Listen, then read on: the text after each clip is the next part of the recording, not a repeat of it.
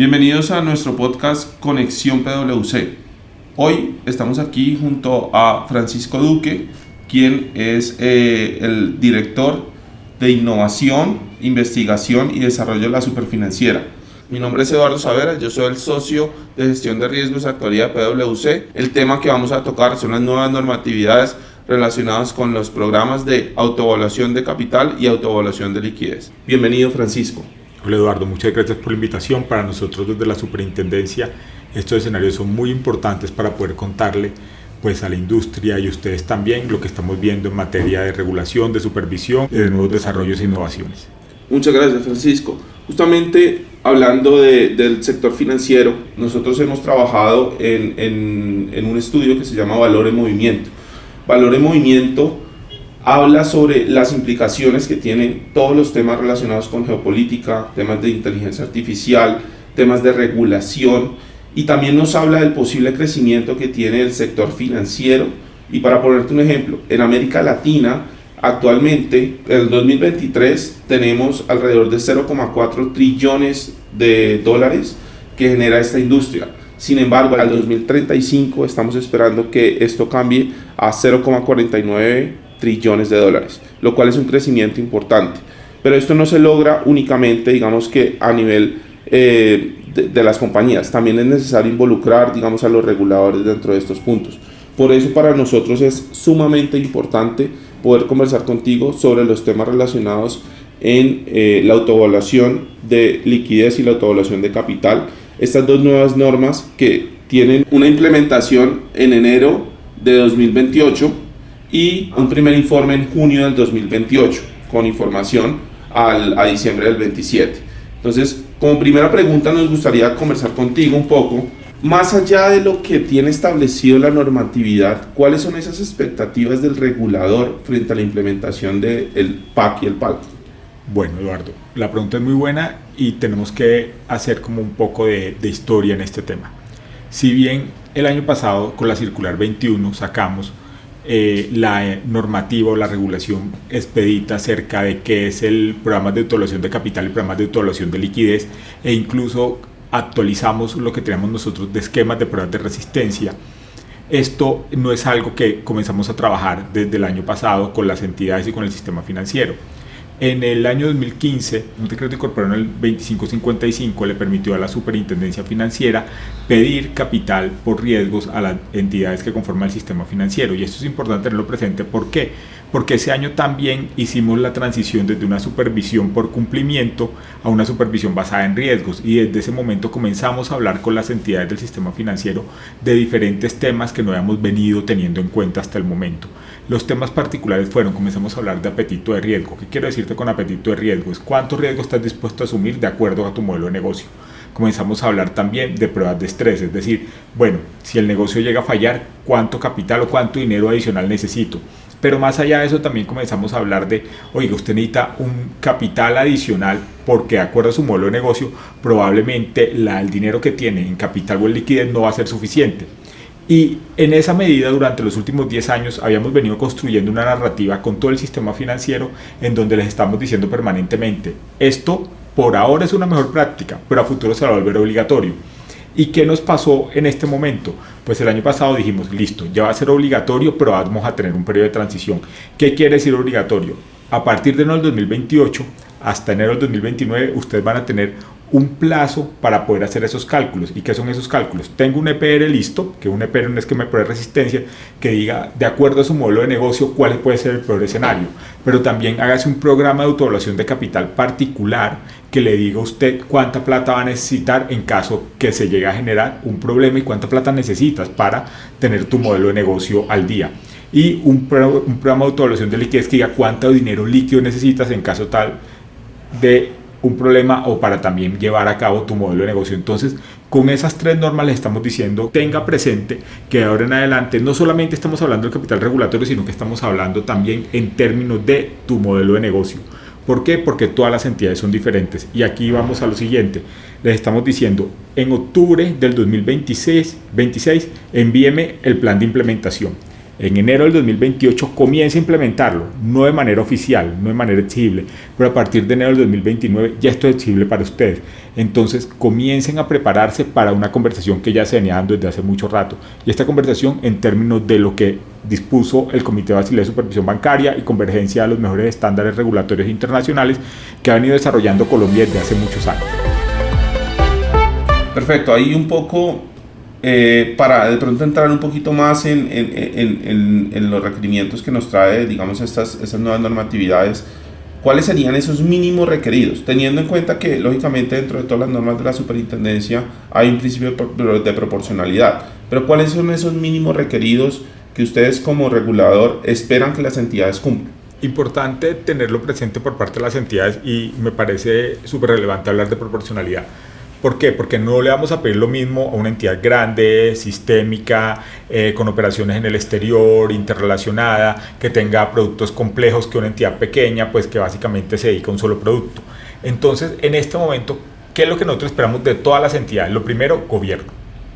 ¿Y qué es gobierno? Gobierno quiere decir que la estructura de gobierno de riesgo y la estructura de gobierno corporativo de la entidad, este tipo de elementos estén incorporados. Y cuando te digo incorporados, ¿qué quiere decir? Que la junta directiva apruebe este tipo de reglamentación, o apruebe este tipo de modelos que tienen que llevar a cabo, que la alta gerencia los conozca, se lo proponga a la junta directiva, pero lo implemente también en el día a día de los negocios, que la auditoría interna le haga seguimiento a las políticas y procedimientos que fueron aprobados y vea que se estén cumpliendo, que las líneas de negocio sean implementados, pero también que en las áreas de riesgos y financieras también le hagan seguimiento a que se lleven a cabo este tipo de políticas y procedimientos ya aprobadas por todos ellos. Eso es lo primero que te diría, gobierno. El gobierno es sumamente importante.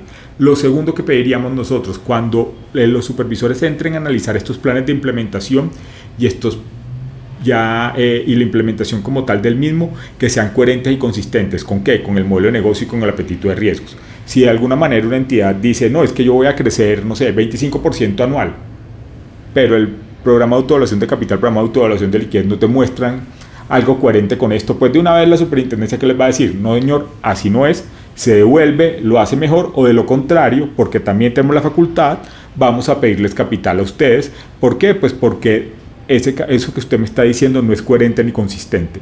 Otro tema también súper importante, que los modelos que nos van a enviar a nosotros las entidades estén de alguna manera claramente sustentados en los números de la entidad, tengan también sus propios escenarios, las entidades, escenarios macro, escenarios de crecimiento de la economía, de inflación, escenarios también relacionados con cómo se vienen desarrollando los negocios en el país, y que esto le quede también de cara no solamente para la supervisión por parte de la superintendencia financiera, sino que haga parte de su gestión.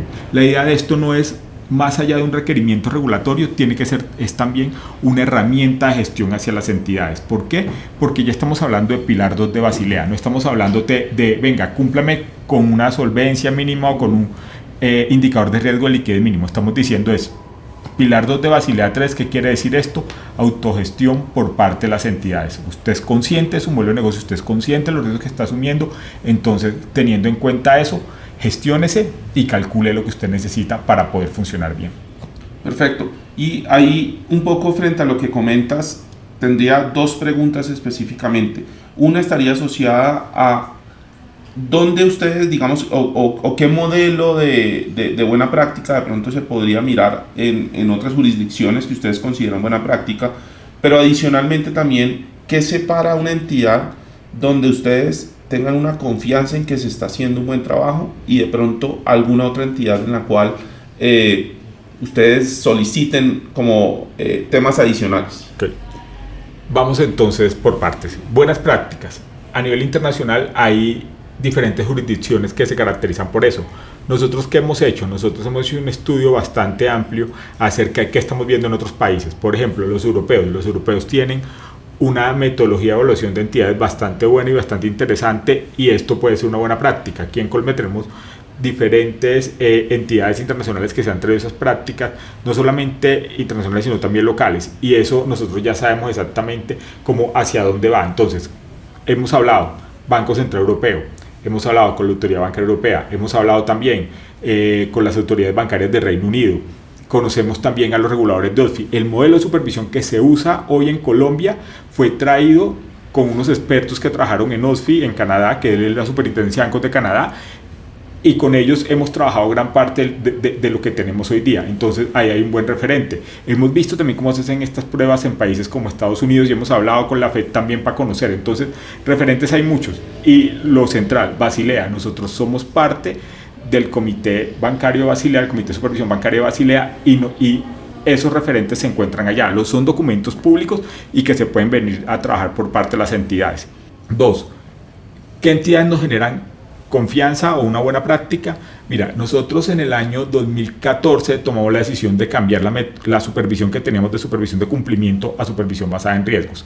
Y en ese momento comenzamos a hacer una evaluación de algo que llamamos la estructura de gobierno de riesgos de las entidades.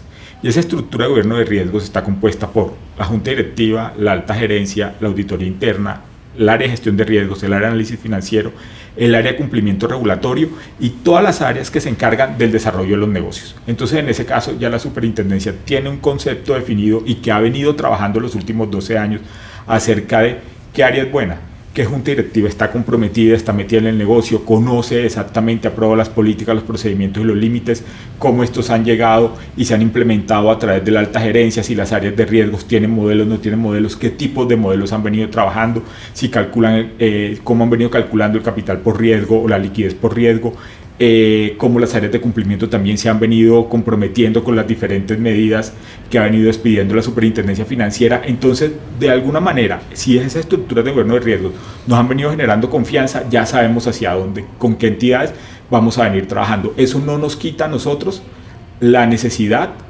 y la obligación de verificar. A los supervisores yo llevo años diciéndole dos cosas: confíe y verifique. Usted confía en que la entidad lo está haciendo bien, pero ahí mira que realmente lo está haciendo bien, que funcione. Características y desempeño, que lo hablamos en los documentos que hemos publicado en la superintendencia. ¿Tiene el set de políticas y procedimientos bien? Ok. ¿Los está implementando bien? Ok. Con eso tenemos entonces una confianza desde la superintendencia hacia las entidades que vigilamos. Gracias. Y un poco metiéndonos en esas normas, porque digamos que en las últimas normas que ha digamos, establecido la superintendencia o el regulador, en este caso ustedes, ha dejado, digamos, como una puerta abierta a que las entidades, digamos, generen algunos modelos, digamos, no los llamemos modelos internos, porque para un modelo interno probablemente es necesario, digamos, tener toda una aprobación por parte de ustedes, pero digamos nos pasó en riesgo de tasa donde se podía generar, digamos, que algunos cálculos internos. Acá también van a ser modelos internos. Esos modelos internos van a necesitar objeción, cómo se va a manejar el tema relacionado, por ejemplo, con todo lo relacionado en agregación. Ese tema de agregación, ¿ustedes tienen alguna expectativa en que las entidades agreguen estos riesgos, definan estos modelos? Cuéntanos un poco más hacia esa parte de modelación. Ok, objeción no va a haber, es lo primero. O sea, nosotros no vamos a evaluar modelos, vamos a objetar. Cada entidad es libre de hacer sus cálculos y enviarnos los cálculos a la superintendencia. ¿Por qué? Por lo que te comentaba hace un rato. Los modelos de negocio son diferentes y nosotros reconocemos eso, reconocemos la proporcionalidad, reconocemos el tamaño, reconocemos la complejidad que tienen cada una de las diferentes entidades del sistema financiero. Entonces, lo mismo, hay entidades con operaciones grandes, internacionales, operaciones que están interconectadas, operaciones que no son fácilmente sustituibles, y de alguna forma el hecho de comenzar a decir, bueno, este es el modelo estándar, no, cada entidad tiene que reconocer su propio modelo de negocio y sus propios riesgos. Entonces, en el momento en que las entidades nos envían a nosotros pues esos planes que van a hacer para evaluar su capital y para evaluar su liquidez, en ese momento los supervisores de la superintendencia financiera van a tener las capacidades para poder decir ese plan es adecuado o no es adecuado de acuerdo a la entidad. Y eso lo hemos venido construyendo con el conocimiento que hemos venido haciendo en los últimos años. Como te comentaba hace un rato, comenzamos con conocer las entidades y con evaluar las estructuras de gobierno de las entidades desde el año 2014. Y eso nos ha ayudado a nosotros. Pero más allá de eso, a tu otra pregunta es, ¿qué esperamos de la interrelación de los riesgos? Sí, hay interrelación de riesgos. Nosotros estamos esperando que las entidades también nos cuenten cómo se está haciendo la diversificación de esos riesgos, pero de manera coherente. O sea, no estamos, nosotros entendemos que si nos van a decir, no, mire, yo estoy mitigando estos riesgos con una diversificación particular, pero nosotros sabemos que un escenario de crisis, regularmente las correlaciones que hay entre los diferentes riesgos pueden tender a crecer un montón. A mí alguien me decía alguna vez, es que es muy difícil que yo me enferme, que se me inunde la casa y que me quede sin trabajo. Pero qué tal que llueva tanto, que ese día se te inunde la casa, que tú no puedas ir a trabajar porque la empresa se inundó y aparte de eso, pues te enfermaste por las lluvias. Entonces hay que ser coherente con los escenarios. Yo no estoy diciendo que el escenario tiene que ser el más catastrófico, pero sí que las entidades sean conscientes exactamente, de acuerdo con ese negocio que tienen, qué es lo que les puede llegar a pasar. Una pregunta que yo creo que todo el mundo se está haciendo y es, ¿cómo va a decidir la superintendencia a qué entidades se les asigna mayor capital o no se les asigna mayor capital? Eso es parte del proceso de supervisión. Y te voy a decir algo, en este momento incluso creo que es apresurado pensar eso. Nosotros no estamos pensando en si vamos a pedir o no vamos a pedir capital, estamos esperando que las entidades nos envíen sus pruebas. Y te voy a decir por qué es apresurado, porque nosotros tenemos un conocimiento de las entidades y de alguna forma sabemos con cuánto capital cuentan y sabemos exactamente cuál es el modelo de negocio que ellos están desarrollando. Hacemos pruebas de estrés, pruebas de resistencia todos los años, a 3 años, y sabemos cómo se han venido comportando también ellas. Entonces, en el 2028 las entidades nos van a enviar ya de manera no obligatoria cuál es su evaluación de capital y cuánto capital creen ellos que necesitan, cuál es su evaluación de liquidez y cuánto capital adicional creen que necesitan, y además sus pruebas de resistencia. Con eso nosotros podríamos comenzar a tomar decisiones, pero de alguna manera lo que nos han mostrado los últimos años es que algunas entidades ya están incorporando esos resultados en la gestión que están haciendo. Al incorporar la gestión, de alguna forma ya están preparadas. Entonces, decirlo desde ahora es apresurado. En el momento en que la supervisión tenga que tomar esa decisión, pues allá llegará. Ahora, el siguiente punto que sí quiero comentarte es la supervisión. ¿Qué estamos haciendo nosotros? Porque no es solamente decirle a las entidades, ustedes hagan este cálculo y nosotros acá nos quedamos sentados y quietos. No, los supervisores están recibiendo capacitación, estamos desarrollando modelos internos, tenemos un área analítica que está desarrollando también tableros de control y que está desarrollando modelos analíticos también prospectivos que nos permitan a nosotros validar esta información que nos van a mandar las entidades e igual correr pruebas de estrés de una manera mucho más ágil. Entonces nosotros también tenemos que prepararnos y nos estamos preparando. Venimos dando la conversación hace mucho tiempo, pero vamos a continuar preparando a los supervisores para que en este año, cuando lleguen los planes de implementación, ellos sepan cómo evaluarlos, pero también en el 2028, cuando lleguen los primeros programas de evaluación de capital y de liquidez, los supervisores tengan claro exactamente qué es lo que van a tener que mirar para cada una de las entidades. Y pensando en que 2028 no está muy lejos, porque el trabajo es grande para las entidades, ¿qué expectativas tienen ustedes frente, digamos, a ese trabajo que requieren las entidades? O sea, ¿qué hay que priorizar? ¿Cuándo hay que comenzar? ¿Cuál es la visión, digamos, un poco más a futuro del PAC y el PAL, no solamente desde el punto de vista de la implementación, sino desde este recorrido desde hoy, digamos, en temas de implementación, pero también un poco hacia futuro, hacia dónde queremos que eso se desarrolle? Nosotros esperamos que las entidades ya estén trabajando en ello porque entendemos la cantidad de trabajo que hay detrás de esto, la cantidad de personas que tienen que estar involucradas, los cálculos que hay que hacer, el entendimiento del negocio, sobre todo, que deben tener las entidades. Y en las entidades yo considero que han venido trabajando en tener unos marcos de apetito de riesgos, en hacer unas pruebas de estrés, en hacer sus propios cálculos de capital. Es importante que ellos también comiencen a trabajar ya en la incorporación de estos temas en su gestión del día a día, en lo que hablábamos ahorita, en la toma de decisiones por parte de la junta directiva, en los procesos y procedimientos que se deben aprobar, tanto para los negocios como para el monitoreo de riesgos, como el trabajo que tiene que hacer la auditoría interna al interior de las entidades. Esto es un tema de gobierno sobre todo. ¿Y qué estamos esperando nosotros? Pues que las entidades ya en el momento en que esto llegue a comenzar a hacerse de manera primero no obligatoria, después obligatoria, durante este proceso nos hagan las preguntas del caso a la superintendencia, si las tienen, estén desarrollando la implementación de toda esta regulación que se vino. ¿Para qué? Para que cuando lleguemos al 2029 ya lo estemos haciendo de una manera súper adecuada. A futuro, ¿qué te puedo decir? Nosotros como superintendencia seguimos trabajando en una hoja de ruta definida acerca de tenemos que implementar mejores prácticas internacionales. ¿Por qué? Porque no es solamente un tema a nivel Colombia, es un tema regulatorio global al cual nosotros siempre hemos pensado en converger. Y te voy a decir dos cosas. La primera, nosotros como país estamos haciendo una evaluación de equivalencias regulatorias con el Banco Central Europeo y nos exigen converger a Basilea III. Nosotros somos parte de la OECD y en la OECD las discusiones que se dan en los comités es acerca de, bueno, cómo va la convergencia en temas de gobierno corporativo, en temas de normas internacionales de contabilidad y en normas de requerimientos prudenciales para las entidades del sistema financiero. Entonces la hoja de ruta es súper transparente, es qué estamos viendo afuera y qué estamos viendo nosotros adentro, y aparte nosotros a las entidades no les vamos a decir de un momento a otro como, mire, ya que sacamos esta norma, le vamos a sacar esta otra para converger. Sabemos que esto tiene que ser gradual, porque esto le implica a las entidades la generación de una serie de capacidades que probablemente con el trabajo que tienen, más estas capacidades, pues les va a costar un montón. No solamente hablemos de dinero, sino también hablemos de recurso humano, de adaptación, de cambio organizacional. Entonces todo esto nos toca tenerlo presente.